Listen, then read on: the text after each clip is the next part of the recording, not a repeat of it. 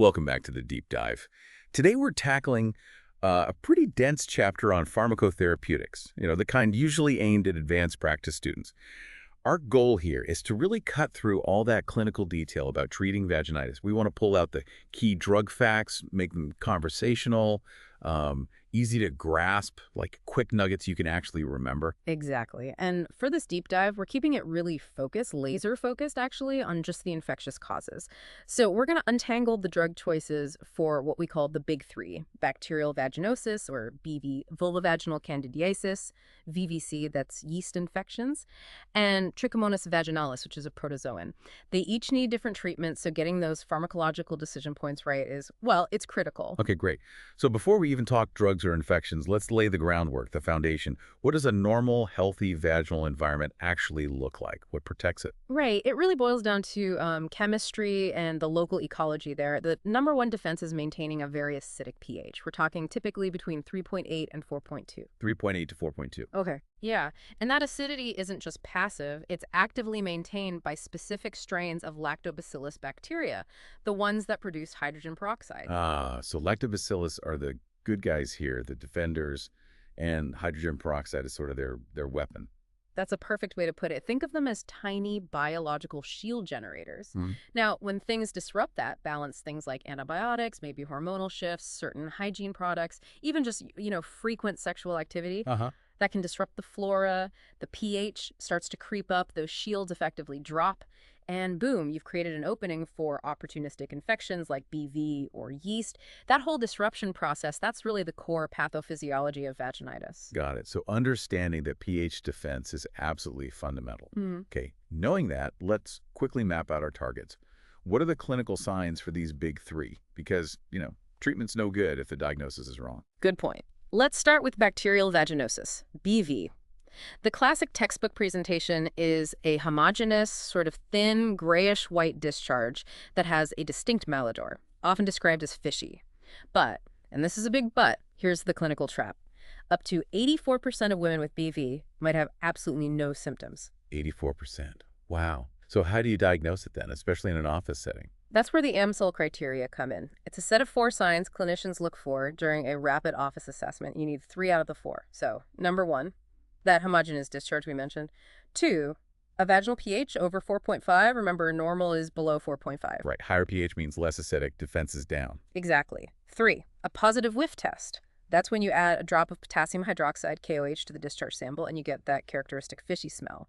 And 4, the presence of clue cells. When you look at the sample under the microscope, those are vaginal epithelial cells studded with bacteria. Okay, so Amsel criteria for BV. Now, how does that compare to VVC, the yeast infection? That usually feels different, doesn't it?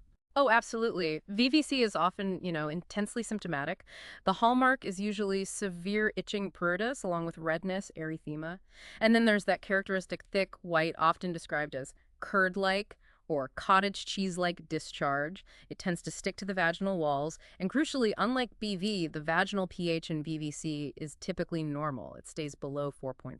Okay, pH normal for VVC. And diagnosis. Usually confirmed by seeing pseudohyphae or budding yeast on that KOH wet mount prep under the microscope. Got it. And the third one, trichomoniasis. What makes that protozoan infection stand out or maybe harder to spot? Well, Trichomonas vaginalis often presents with a really profuse, sometimes frothy green yellowish discharge that can also be malodorous.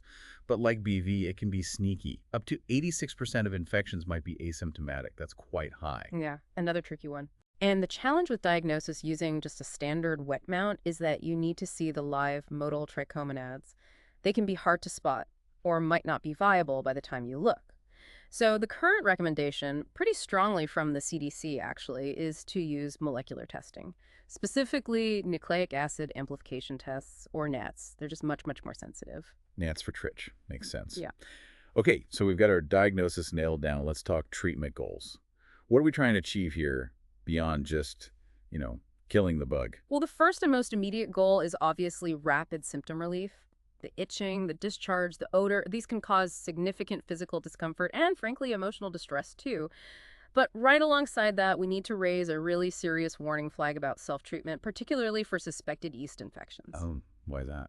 Because studies have shown that self-diagnosis of VVC is surprisingly inaccurate.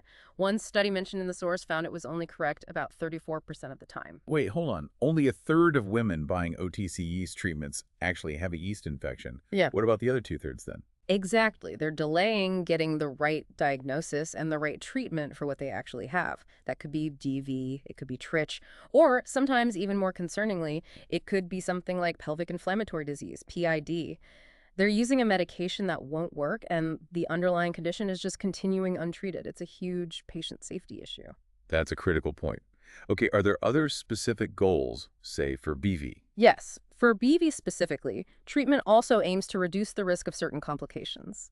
Things like postoperative infections after gynecological procedures like an abortion or a hysterectomy.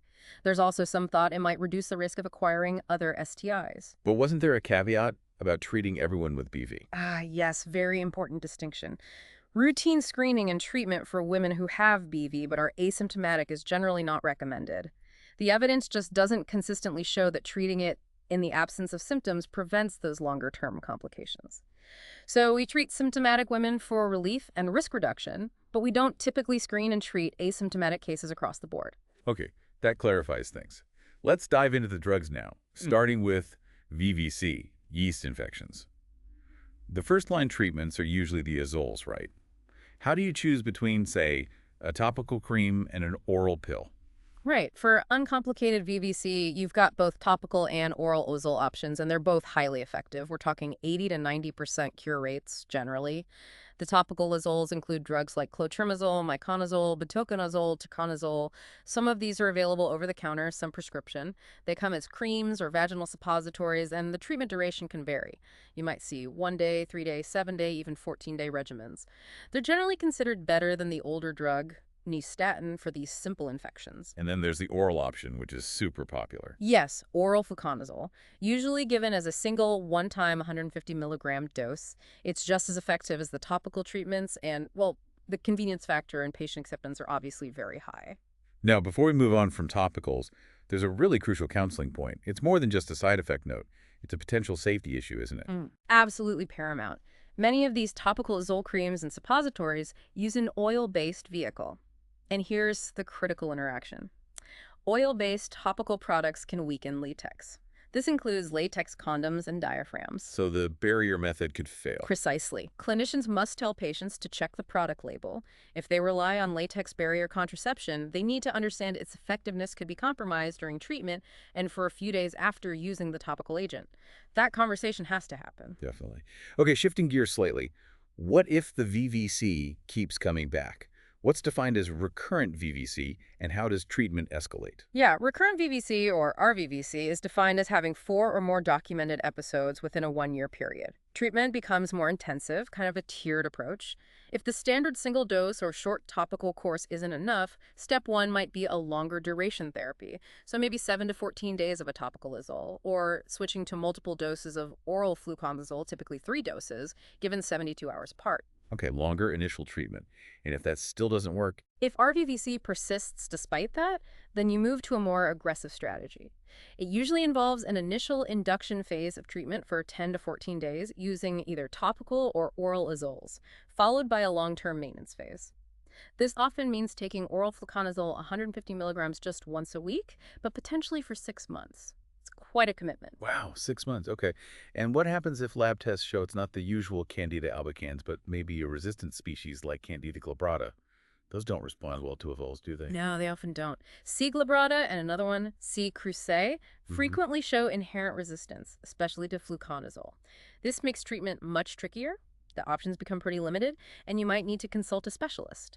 The main alternatives mentioned in the source material are things like intravaginal boric acid capsules, that's 600 milligrams daily for 14 days. Boric acid. Yeah, or nystatin suppositories, the 100,000 unit ones, also for 14 days. But the catch is, these often have to be specially compounded by a pharmacy, which can make them expensive and harder to access. Right, not straightforward. Okay, that covers VDC pretty well. Let's pivot now to bacterial vaginosis and trichomoniasis. Here, the main players are often the nitroimidazoles, specifically metronidazole and tinidazole. Correct. Metronidazole is really the workhorse for both conditions. For BV, the standard first-line recommendation is oral metronidazole, 500 milligrams taken twice a day for 7 days. There are alternatives, including topical options like metronidazole gel, 0.75% applied vaginally, or clindamycin cream, 2%. Clindamycin cream. Does that come with the same warning about latex products we discussed with the azoles? It absolutely does. Topical clindamycin cream and also the clindamycin ovules are formulated in an oleaginous, an oil base. So same warning applies. Patients need to know these can weaken latex condoms or diaphragms. The duration of risk is usually about 3 to 5 days after finishing treatment, depending on the specific product. Crucial reminder. Okay, moving over to trichomoniasis. What's the go-to dosing strategy there? And what's absolutely essential for successful treatment? For trich, the preferred regimens, often due to convenience and efficacy, are single-dose therapies. Either a single 2-gram dose of metronidazole or a single 2-gram dose of tinidazole. Tinidazole might have slightly fewer GI side effects for some people. An alternative is the same regimen as BV. Metronidazole 500 milligrams twice daily for 7 days. But the absolutely mandatory part for trichomoniasis, and this is different from BV, is partner treatment. Partner treatment. Mandatory. Yes. Trich is sexually transmitted, so treating only the patient without treating their sexual partners almost guarantees reinfection. Both the patient and their partners need to be treated simultaneously. And critically, they must abstain from intercourse until both, or all, have completed the full course of therapy and are completely symptom-free. That's a non-negotiable point for trich. Okay, now let's hammer home what might be the single most important patient education point for both metronidazole and tinidazole. The alcohol reaction. Is just saying avoid alcohol enough? How severe is this reaction? It's definitely not enough to just casually mention it. This isn't just, mild nausea if you have a drink. We're talking about a potential disulfiram-like reaction. Think severe, acute nausea, often leading to violent vomiting, flushing, headache, potentially even a dangerous drop in blood pressure if someone consumes alcohol while taking these drugs. Wow, okay, so not just beer or wine. No, any form of alcohol. That includes things people might not think about, like some liquid medications, cough syrups, even some mouthwashes that contain alcohol.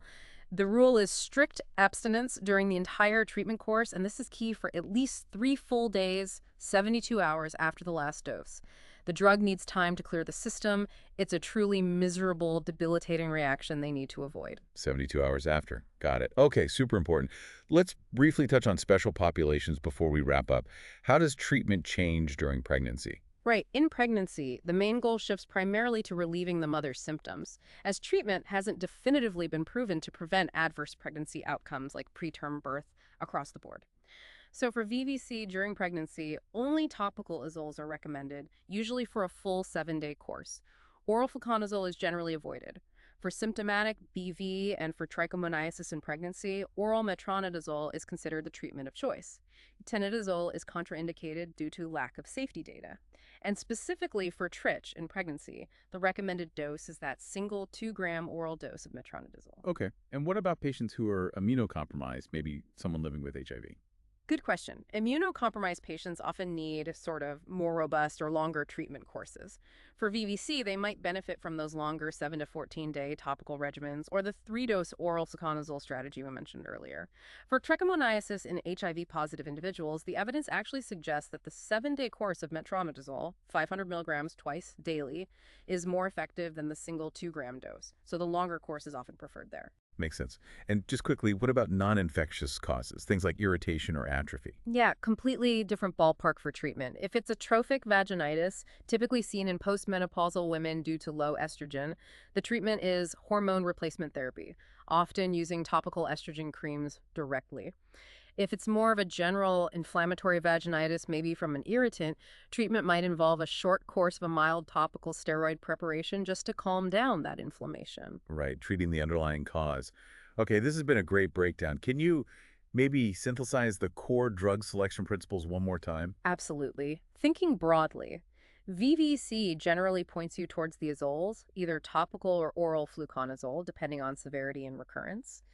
BV and trichomoniasis point you towards the nitroimidazoles, metronidazole, or tinidazole, with clindamycin being a key alternative, especially topical clindamycin for BV. But the absolute linchpin holding all this together is getting the diagnosis right in the first place. Accurate diagnosis before starting therapy is essential to avoid treatment failure and delays. Perfect summary. Okay, let's crystallize 3 really crucial takeaways for everyone listening. First, You absolutely must ask about alcohol use when prescribing metronidazole or tinidazole, and you have to really drive home that 72-hour abstinence rule after treatment stops. Non-negotiable. Second, don't forget to educate patients about the risk of latex barrier product impairment condoms, diaphragms with any oil-based topical. That means the topical azoles and topical clindamycin. Yep, both classes. And third, recognize that managing recurrent VVC, or infections caused by non-albicans species like C. glabrata, is often way more complex. It might require specialist input or using less common agents like boric acid. Definitely steps beyond the basics. All right, that leads us to our final thought for you to ponder. We heard that statistic only about a third of women self-diagnosing VVC are correct. So, given this really high rate of self-misdiagnosis, what are the systemic changes or maybe barriers we need to overcome to help more women access accurate, rapid testing like those NATs we talked about before they even reach for an over-the-counter product? How do we bridge that gap between accessibility and accuracy? That's a really important question about balancing self-care with good diagnostics. Something to think about. Thank you so much for breaking all that down today. We hope this deep dive leaves you feeling clearer and more confident for your next clinical encounter. Thanks for joining us.